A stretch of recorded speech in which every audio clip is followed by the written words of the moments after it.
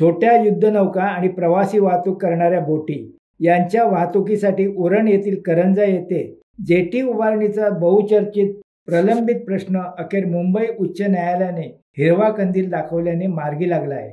जेटीच्या उभारणीसाठी कांदळवने कापणे हा महत्त्वाचा अडसर होता, पण आता ही कांदळवने कापण्यासाठी उच्च न्यायालयाच्या मंजुरीमुळे नौदलाला परवानगी मिळाल्याने करंजा येथे जेटी बांधण्याचा अडसर दूर झालेला आहे।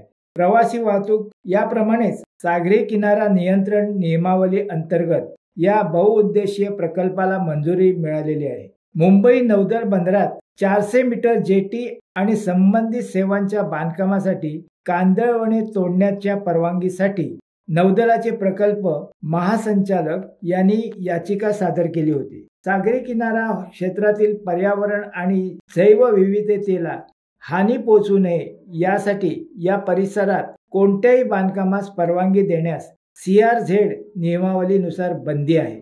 तरी सार्वजनिक प्रकल्पासाठीचा नियमावलीत अपवाद ठेवण्यात आला आहे। कांदळवने तोडाव्या लागणाऱ्या कोणत्याही प्रकल्पाला उच्च न्यायालयाची मंजुरी आवश्यक असते।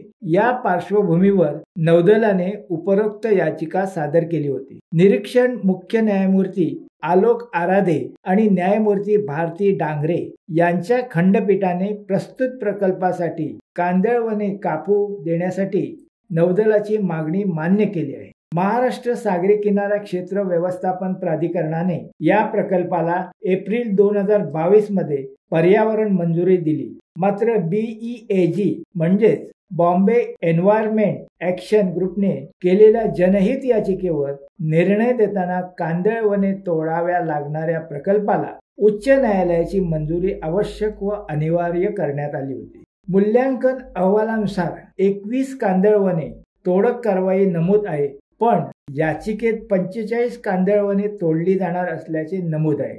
याकडे BEAGच्या वकिलांनी लक्ष वेधले असता याचिकेत नमूद विधानाप्रमाणे 45 कांदळवने तोडली जाणार असली तरी त्याची भरपाई म्हणून नौदलाने 5.13 लाख रुपये जमा केल्याचे न्यायालयाने याचिका मान्य करताना नमूद केलेले आहे। शिवसत्ता टाइम्ससाठी देवेंद्र मोरे, मुंबई। दे धडक बेधडक वृत्त देणाऱ्या आपल्या शिवसत्ता टाइम्स न्यूज चॅनलला लाल बटन दाबून सबस्क्राईब करा आणि बेल आयकॉनला क्लिक करायला विसरू नका।